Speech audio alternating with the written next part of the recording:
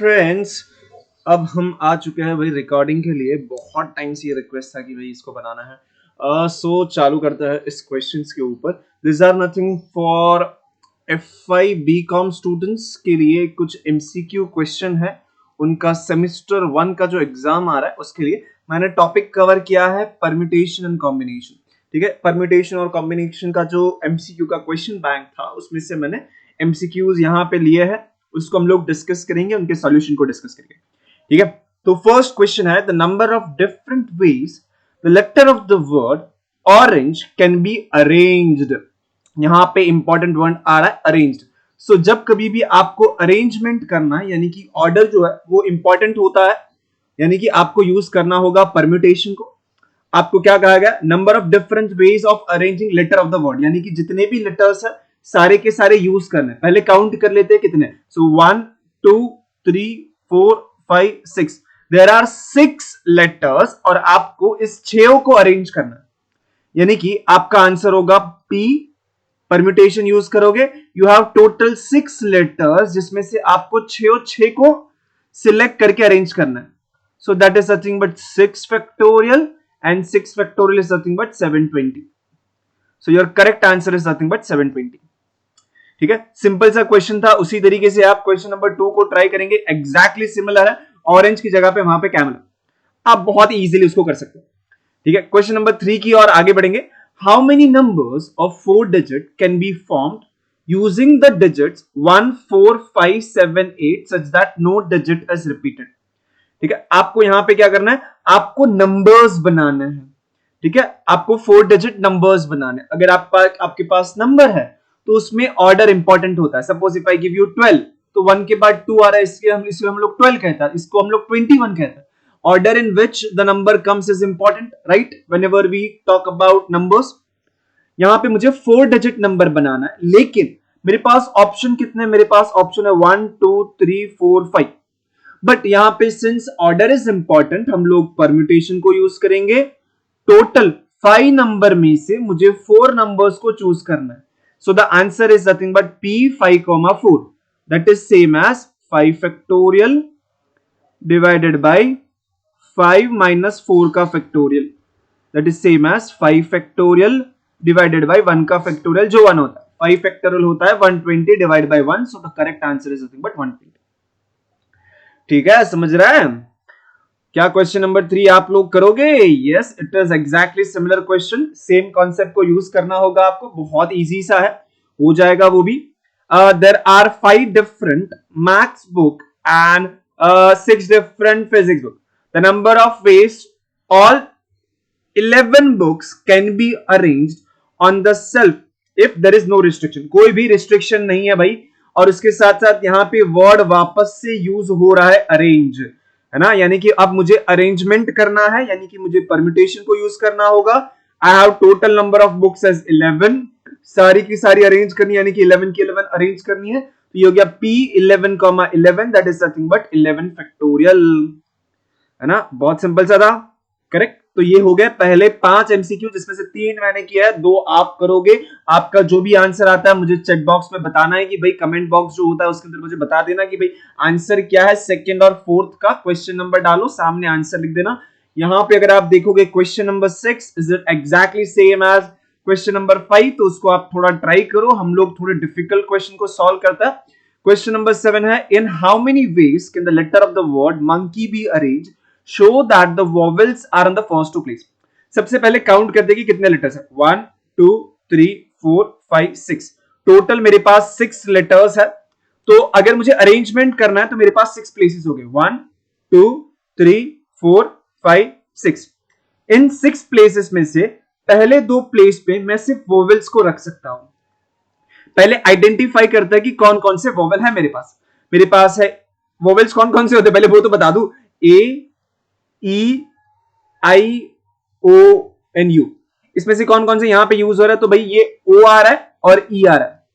So from given 6 मेरे पास 2 vowels है, तो मैं पहले उनको ही अरेंज करने की कोशिश करता हूं।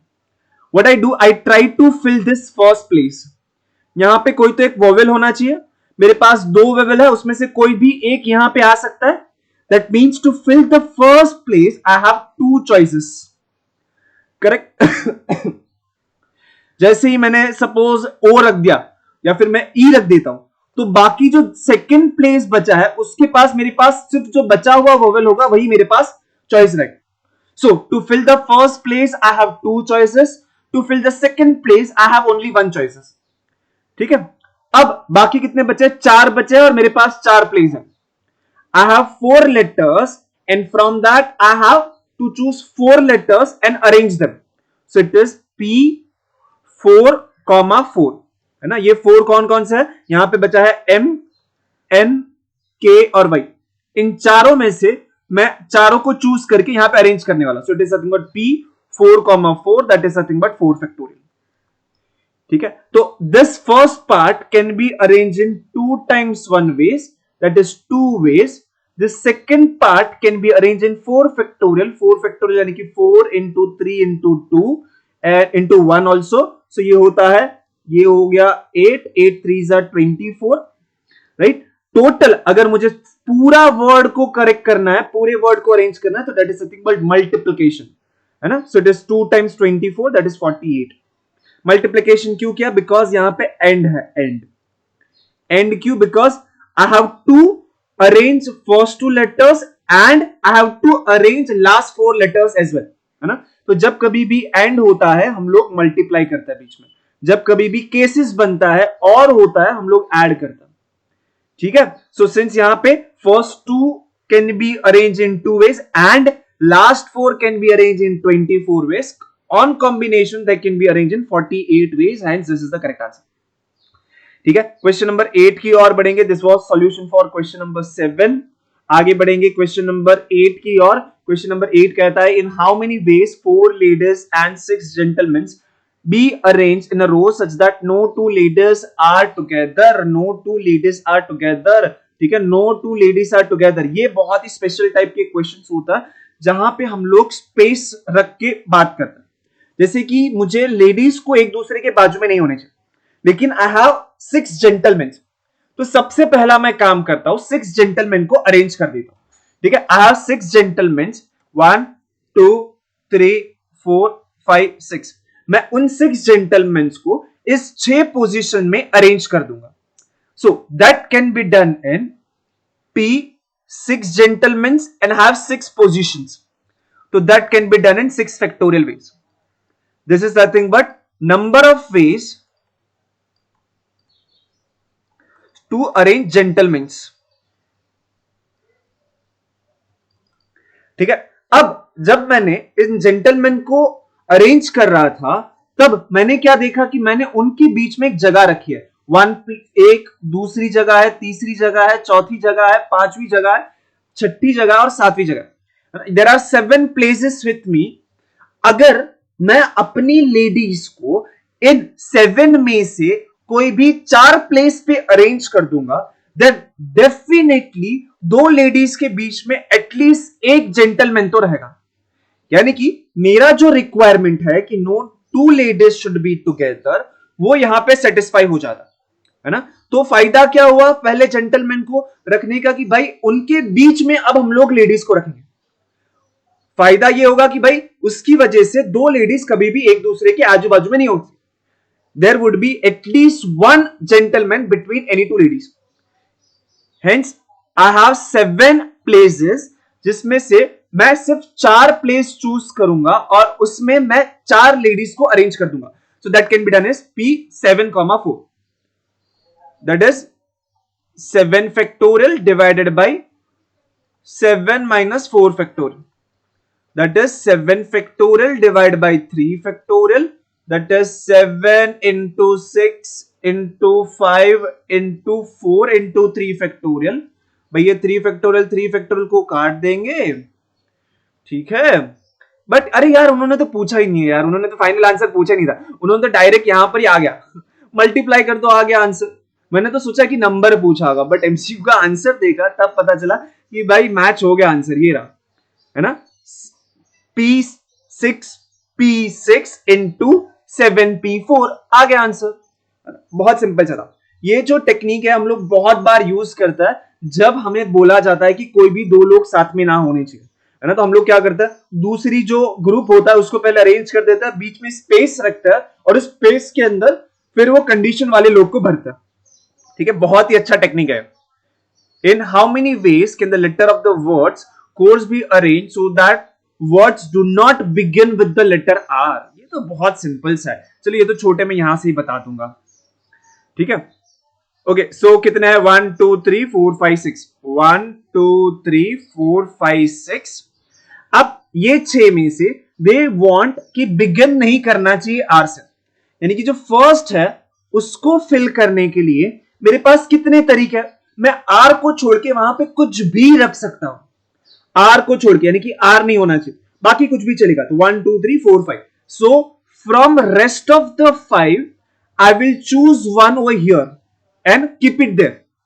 ठीक है, मैं यहां पे डायरेक्टली 5 लिखा तो भी वही चलता था, बट यहां पे ऑप्शंस को देखा ना तो मुझे लगा मुझे 5p1 को लिखना चाहिए। Actually to fill the first place I have 5 choices, तो मैंने फर्स्ट प्लेस को 5 वेज में मैं फिल कर सकता हूं, तो मैंने वो लिखा। अब बचे क्या, अब मेरे पास 5 लेटर्स बचे होंगे, उन पांचों को मैं बाकी बची हुई 5 प्लेस पे अरेंज कर दूंगा। 5 लेटर में से मुझे 5 लेटर्स को अरेंज करना है, so that can be done in 5p5 ways. Final answer is nothing but after multiplication. Again first option is true. ठीक है, बहुत ही सिंपल, आगे बढ़े। Okay, question number 10, 2 men 3 women can be seated on 5 chairs in a row in how many ways। यार 2 men है 3 women है, कोई condition नहीं है, यानी कि आपके पास 5 लोग हैं और 5 चेयर है, सो दैट इज नथिंग बट 5 लोग हैं, 5 जगह में आपको उनको अरेंज करना है। सो इट इज, सिंस अरेंज करना है इसलिए p को यूज किया, परम्यूटेशन को यूज किया। So it is same as p5, 5, that is nothing but 5 factorial and 5 factorial is nothing but 120। Simple. ठीक है, अगर आपको लगता है फास्ट जा रहा हो तो मुझे कमेंट सेक्शन में बता देना, तो मैं थोड़ा स्लो एक्सप्लेनेशन भी डालूंगा बाद में, लेकिन अगर ऐसा लगता है तो थोड़ा स्लो मोशन में देखो या फिर उसको वापस से देखो। ठीक है, कोई भी एक्सप्लेनेशन अगर और डिटेल में चाहिए तो मुझे कमेंट बॉक्स में बता देना। ठीक है, आगे बढ़ेंगे, क्वेश्चन नंबर 11 को रीड करेंगे। The number of 5 letter word that can be form from the word with beginning with R and ending with T.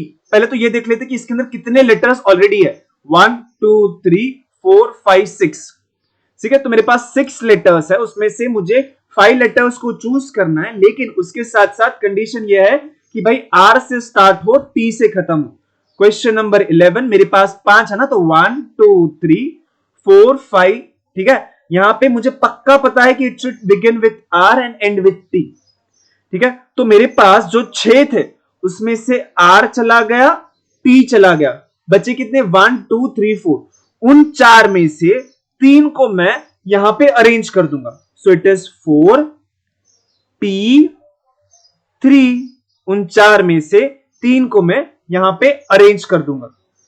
ठीक है, so that could be done in how many veg, this 4p3, यहां पे numbers चाहिए ना तो इसको find out कर लेते हैं। So it is 4 factorial divided by 4 minus 3 का factorial, that is 4 factorial divided by 1 का फैक्टोरियल। 4 फैक्टोरियल कितना होता है, it is 4 3 2 1, so it is nothing but 24। कितना होता है, it is 24 and it is given none of the option. कोई भी ऑप्शन ही नहीं है इसके अंदर 24 यार, 24 ऑप्शन ही नहीं है, 24 इज द करेक्ट आंसर ना। The number of 5 letter word that can be form from the word this in begin with R and end with T. सही है, यहां पे उन्होंने रिपीटेशन ऐसा कुछ नहीं लिखा है ना, हम लोग ने अज्यूम किया है कि it is without repetition. We have assume it is without repetition. अगर सपोज रिपीटेशन करना होता तो हम लोग एट एवरी प्लेस, हमारे पास 6 into 6 into 6, बट वो भी ऑप्शन में नहीं दिया है ना। हम लोग ने ये अज्यूम किया कि हम लोग रिपीट नहीं कर सकते हैं। एक बार वापस से रीड करूंगा, देखता हूं कि मेरा कॉन्सेप्ट सही से काम कर रहा है कि नहीं। The number of 5 letter word that can be form from the word 1 2 3 4 5 6, correct 6 था, which begins with R and end with T. ठीक है, आर और टी में वापस से यूज नहीं करूंगा, बी ई ए एच का यूज करके मैं बीच के 3 को फिल करूंगा, यानी कि 4 में से मैं 3 को सिलेक्ट करके अरेंज करूंगा। It is 4 factorial by 3, 4 minus 3 factorial, that is nothing but 1 factorial is 1, 4 divided by this 6 4s are 24, so 24 is the correct answer। ठीक है, ऑप्शंस में दिया नहीं है, आप उसको बाद में वेरीफाई कीजिए, अगर आपको भी ये सही लगता है तो मुझे कमेंट बॉक्स में बता दीजिए। ठीक है, क्वेश्चन नंबर 12 की ओर जाएंगे। A family of 3 daughters and 5 sons is to be arranged in a photograph in a way that in a row in how many ways can be seated if no two daughters sit together? यार ये तो अभी अभी हम लोग ने किया। सबसे पहले क्या करोगे कि सबसे पहले ये सन्स जो है ना उनको अरेंज कर दो। 5 सन है ना, they can be arrange in 5 factorial veg. अब क्या करेंगे 5 फैक्टोरियल, अगर 5 सन को अरेंज किया तो उनके बीच में और आजू बाजू में कितना जगह होगा? There would be 6 places total. Gap कितने बनेंगे? This is called as a gap method also, हम लोग गैप बनाता। सो 5 फैक्टोरियल से सन्स को हो गया। अब आपके पास 6 प्लेसेस है जिसमें से आप 3 प्लेसेस को चूज करोगे टू अरेंज द डॉटर। उसका फायदा क्या होगा कि उससे कोई भी दो डॉटर एक दूसरे के आजू बाजू में नहीं होगी। Hence first option is correct. The number of different ways a student can attempt 8 question out of 12 question in the question paper। यहां पे वर्ड यूज हो रहा है attempt, है ना। यहां पे मतलब order in which student select the question is not important, है ना। जैसे कि हम लोग भी ऐसा करते हैं ना, पेपर है तो जो अच्छा लगता है वो पहले सॉल्व कर दो, जो इजी है पहले सॉल्व कर दो, तो ऑर्डर इज नॉट इंपॉर्टेंट। अगर ऑर्डर इंपॉर्टेंट नहीं है तो आंसर ये होना चाहिए यस सर नो। समझा कि नहीं है? आंसर क्यों है? बिकॉज आप 12 में से सिर्फ 8 को चूज करोगे, खेल खत्म। बहुत सिंपल सा था ना। आप 12 में से 8 को चूज करोगे, hence it is 12C8। It was simple यार, है ना। Question number 18. The number of different ways a student can attempt 5 questions out of the 20 question in a question paper, that is nothing but 10C5. Done. The number of ways one can select 3 red balls and 2 green balls from the box containing 8 red balls and 5 green balls.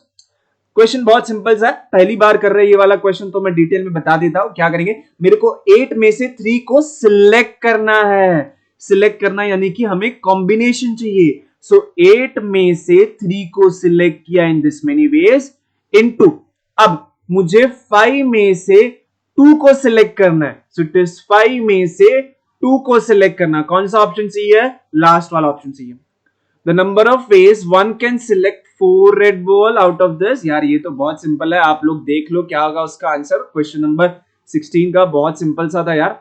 In how many ways a committee of 3 can be formed? ये थोड़ा interesting है। In how many ways a committee of 3 can be formed from 4 professor and 6 student if the committee contains at most 1 professor। ठीक है, थोड़ा ध्यान से देखेंगे। At most 1 professor यानी कि मेरे पास 2 केसेस हो गए। My case 1 is 0 professors, एक भी प्रोफेसर नहीं है, और मेरे पास केस 2 होगा जिसके अंदर एक प्रोफेसर होगा, 1 प्रोफेसर। ठीक है, अगर मेरे पास 0 प्रोफेसर मैं चूज कर रहा हूं यानी कि बाकी जितने बचे वो सारे के सारे स्टूडेंट हैं। I need to create a committee of 3, मतलब कि उसके अंदर एक भी प्रोफेसर नहीं है यानी कि उसके अंदर हो गए 3 स्टूडेंट्स। इस 3 स्टूडेंट्स को मैं कितने वेज के अंदर सिलेक्ट कर सकता हूं, है ना। So I need to select 3 student out of the 6 students. So this is nothing but my first case can be done in this many ways because 0 professor is nothing but 0 ways. Correct, तो उसको रहने देते हैं। But आगे बढ़ेंगे। यहां पर 1 professor, अगर एक प्रोफेसर है तो 2 स्टूडेंट को सिलेक्ट करना पड़ेगा। Correct, okay. So I have 1 professor, उसको मैं सिलेक्ट कितने वेज में कर सकता हूं? टोटल 4 में से I have to choose 1, so it is 4C1। फिर 2 स्टूडेंट ना, तो 6 में से मैं 2 को चूज करूंगा। I choose 1 professor and 2 student, and use हो रहा है यानी कि मल्टीप्लाई करेंगे।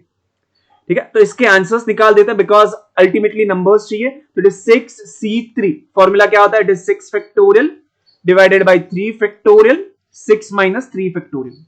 So that is nothing but 6 factorial divided by 3 factorial, 3 factorial, that is nothing but 6 into 5 into 4 into 3 factorial divided by 3 factorial into 3 into 2 into 1, 3 factorial गया, 3 2s are 6. The final answer is 20 in this case. यहाँ पे 4C1 is nothing but 4, 6C2 को निकालेंगे तो 6 factorial, 4 factorial, 2 factorial. इसको अगर मैं इससे कैंसिल करूंगा तो 6 into 5 बचेगा। 2 फैक्टोरियल अगर इससे कैंसिल करूंगा तो 3 जा बचेगा। सो it is 4 into 3 into 5, 5 4s are 20, 20 into 3 is 60। So now I have cases, यानी कि बीच में होता है और, सो फाइनल आंसर जो होगा वो इन दोनों का एडिशन करके मिलेगा। ठीक है, जब कभी भी केसेस बनेंगे we are suppose to add the number 60 plus 20 80 is the correct answer. ठीक है, ये तो भाई बहुत ज्यादा इजी हो जाएगा, होमवर्क है आपके लिए, बिकॉज अगर जिसको 17 समझा उसको 18 भी समझ जाएगा। ठीक है, तो 17 हमने किया, 18 आप करोगे, चैट बॉक्स में उसका सही आंसर मुझे बता देना। ठीक है, तो हर कोई वेरीफाई कर सकता है। Question number 19, in a party every person shake hands with every other person present, the total number of handshakes is given as 66, the number of person present in the party is, very good question। ये एक बढ़िया सा concept है।